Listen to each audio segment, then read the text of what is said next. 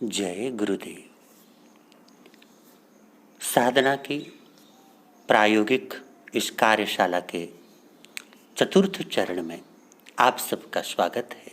आइए हम अपने अध्ययन के क्रम को आगे बढ़ाते हैं। जिस समय शिष्य ने गुरुदेव के समक्ष ये प्रश्न रखा कि गुरुदेव, यत्न का, होश का अथवा विवेक का स्वरूप क्या है, उसको जगाने की प्रक्रिया क्या है और किस रूप में हम विवेक को जागृत करके अपने जीवन को आनंदपूर्ण बना सकते हैं, उस संबंध में हमारा मार्गदर्शन करें। तब गुरुदेव ने बड़े प्रेम से शिष्य की जिज्ञासा का समाधान करते हुए फरमाया। वो कहते हैं, सौवभूयप्प भूयस्स सम्मं भूयाय पासव पिहेयासवसदन्तस्य पावम कम्मम न बंधये। ये 9वीं गाथा है और इस गाथा के भीतर जिन भावों का उल्लेख किया गया उनको समझें। सौवभूयप्प भूयस्स अर्थात सभी प्राणियों के प्रति आत्मतुला का सिद्धांत जागृत करो। क्या है आत्मतुला का सिद्धांत? इसी आत्मतुला के सिद्धांत को आत्मवत् सर्वभूतेषु भी कह करके पुकारा जाता है। इसका तात्पर्य है, मैं जिस प्रकार अपने आत्मा के प्रति, अपने स्वयं के जीवन के प्रति सजग रहता हूँ, मुझे अपना सुख प्रिय होता है, दुख अप्रिय होता है।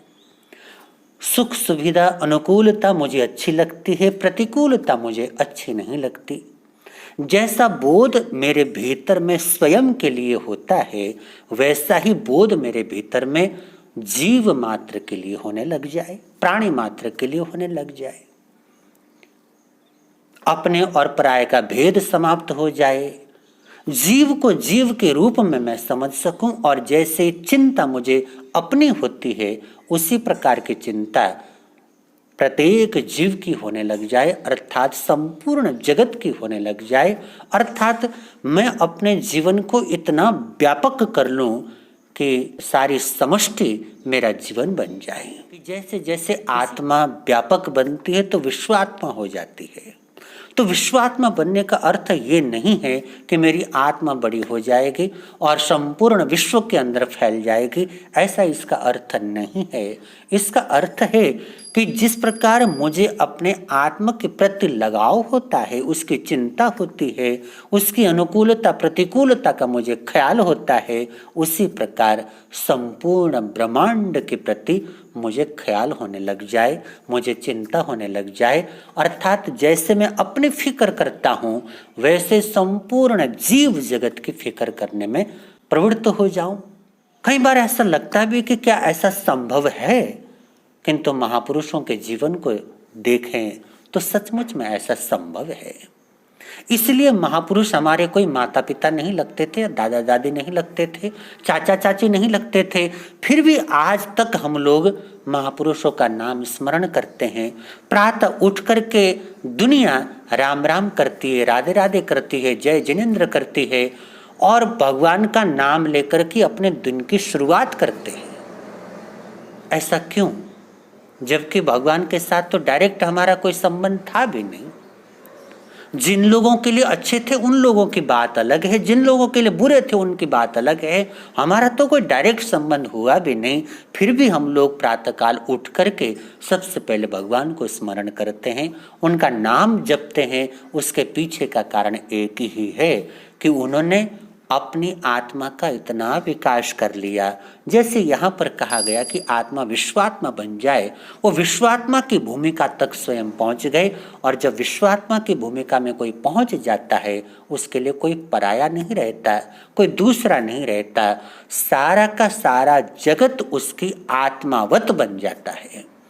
और यही कारण है कि हम लोग डायरेक्ट उनके साथ परिचित हों अथवा न हो, लेकिन उनके प्रति श्रद्धा से भरे होते हैं और उनका नाम लेकर के अपने दिन की शुरुआत करते हैं। उनका नाम जप करके अपने जीवन के उत्थान का प्रयास करते हैं। जैसे भगवान का जीवन है, चाहे किसी भी महापुरुष का जीवन देखें, उनके जीवन के अंदर जो ये विशेषताएं घटित हुई हैं उन्हीं की चर्चा यहाँ पर की जा रही है। सब भूयप भूयस्स, अर्थात प्राणी मात्र के प्रति आत्मतुला का सिद्धांत जागृत हो जाए। एक चींटी से लेकर के हाथी तक के जीव मुझे स्वयंवत मालूम पड़ने लग जाए, ऐसा मालूम पड़े कि जैसे मैं ही हूं, तब उन जीवों के प्रति हम प्रेम से भर जाते हैं। और इस आत्मतुला के सिद्धांत को महापुरुषों ने बहुत उत्तम तरीके से अपने जीवन में पालन किया। हम लोग भी उसका पालन कर सकते हैं। जैसे जैसे मेरे भीतर में होश और विवेक प्रकृष्ट होते चले जाए, वैसे वैसे मेरे भीतर का प्रेम विकसित होता है। और प्रेम विकसित होते होते मेरा प्रेम केवल मुझ तक सीमित नहीं रहता, मेरे परिवार तक सीमित नहीं रहता, मेरे आस पड़ोस तक सीमित नहीं रहता, अपितु वो फैलता जाता है। और जितना जितना मेरा प्रेम फैलेगा उतना उतना मेरी आत्मा का विस्तार होगा, मेरे विवेक का विस्तार होगा। उसी बात को यहाँ पर आत्मतुला का सिद्धांत कहा गया है। शब्द भूयप भूयस्स, ये इन शब्दों के द्वारा उसी बात का संकेत किया गया है कि मैं अपने प्रेम का इतना विस्तार कर लूं। भगवान महावीर स्वामी को स्मरण कर लें। उन्होंने बोला, पृथ्वी, जल, अग्नि, वायु, वनस्पति इत्यादि जो स्थावर काय हैं, उन सब के भीतर में जीव का अस्तित्व है। इसलिए किसी की हत्या ना करो, किसी की हिंसा ना करो, ऐसा प्रभु ने कहा। प्रभु ने ऐसा जब कहा तो उसके पीछे ये भाव नहीं था कि उनकी हिंसा करने के कारण तुम नरक में जाओगे, उनकी हिंसा करने के कारण तुम कर्म बंधन में पड़ोगे या तुम्हारा अहित होगा। ये भाव उनके भीतर में नहीं था। उनके भीतर में एक ही भाव था कि इन तमाम प्राणियों की हिंसा न करो, क्योंकि इनको भी जीने का हक है। जैसे तुम जीना चाहते हो वैसे वो लोग भी जीना चाहते हैं। जैसे तुम्हें अपने प्रति प्रेम है वैसे उनको भी अपने प्रति प्रेम है। उनका भी जीवन मूल्यवान है। कोई क्षुद्र हो सकता है, कोई बृहद हो सकता है, लेकिन जीवन सबको प्रिय है। इस बात को लेकर के उन्होंने कहा किसी की हिंसा न करो। और जैसे जैसे मेरे भीतर में प्रेम विकसित हो जाए, अहिंसा विकसित हो जाती है। ध्यान रखें, भगवान महावीर स्वामी की जो अहिंसा है वो प्रेम के ऊपर आधारित है, प्रेम के ऊपर निर्भर है, वो नियम कानून पर आधारित नहीं है। उन्होंने कभी भी इस बात को मूल्य नहीं दिया कि हिंसा करने से तुम नरक में जाओगे इसलिए हिंसा मत करो। ऐसा दृष्टिकोण उनका नहीं था। उनका दृष्टिकोण था, इतना अपने प्रेम को विकसित कर लो, अपने भीतर की आत्मीयता को इतना बढ़ा लो कि कोई पराया न रहने पाए।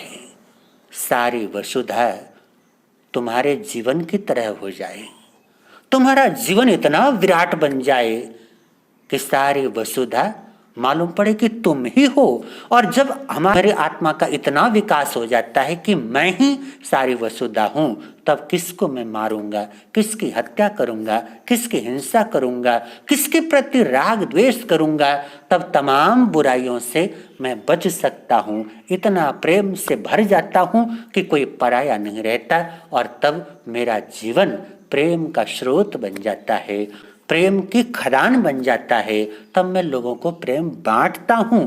और महापुरुषों के जीवन में यही बात हम लोग देख पाते हैं। सब भूयप भूयस्स सम्मम भूयाई पासव, ये दूसरा चरण है। और दूसरे चरण के भीतर प्रभु कहते हैं सम्मम भूयाई पासव, जितने भी जीव जगत है, इस जगत के अंदर जितने भी प्राणी हैं, जितने भी आत्माएं हैं, उनको सम्यक दृष्टि से देखना शुरू करो। अभी हम लोग जिस दृष्टि से देखते हैं वो बहुत सम्यक नहीं होता। मैं किसी को अपने दृष्टि से देखता हूँ, किसी को पराय दृष्टि से देखता हूँ। साधारणतया हम लोग मानते हैं कि ये व्यक्ति मेरा अपना है, ये व्यक्ति मेरा पराया है, ये व्यक्ति मेरे देश का है, ये व्यक्ति पराये देश का है, ये व्यक्ति मेरे शहर का है, ये व्यक्ति पराये शहर का है। अर्थात हम लोगों को बांटते हैं, ये अच्छा है, ये बुरा है, ये अपना है, ये पराया है। और ये जो बंटवारा है, उस बंटवारे के कारण मेरे जीवन का विकास नहीं हो पाता, मेरे जीवन के भीतर में क्षुद्रता बनी रहती है। इसलिए कहा गया सम्मम भूयाय पासवो, कि जो भी जीव जगत है उसको सम्यक दृष्टि से देखना शुरू करो। और सम्यक दृष्टि कब जागृत होगी? जब शब्द भूयप्प भूयस्स, ये जो पहला चरण है वो हम लोग कंप्लीट कर लेंगे। अगर पहला चरण मैंने कंप्लीट कर लिया तो तुरंत मेरे भीतर में जीवों को देखने की दृष्टि सम्यक हो जाएगी, उनको परखने की दृष्टि सम्यक हो जाएगी। और सम्यक दृष्टि से जब मैं किसी को देखता हूँ तब वो बंधन का कारण नहीं बनता, पाप का कारण नहीं बनता, तब केवल प्रेम के स्रोत का ही कारण बनता है। तीसरे चरण में फरमाते हैं पिहियासवस्य दंतस्य, इसका अर्थ है पिहित आश्रवस्य और दंतस्य, अर्थात आश्रव को रोक देने वाला। अर्थात गुरु ने शिष्य को फरमाया कि आश्रव के जो द्वार हैं उनको बंद कर दो, उनको रोक दो। आश्रव के 5 द्वार माने गए हैं। जहां जहां से बुराई को आने का अवसर मिलता है वो आश्रव का द्वार है। जैसे समझने के लिए एक तालाब है और उस तालाब में इधर उधर से नालों के द्वारा पानी आता है, तो जिन जिन नालों से पानी आता है समझने के लिए समझें कि वो आश्रव द्वार हैं। हमारे भीतर जहां से भी कुछ आता है वो आश्रव है।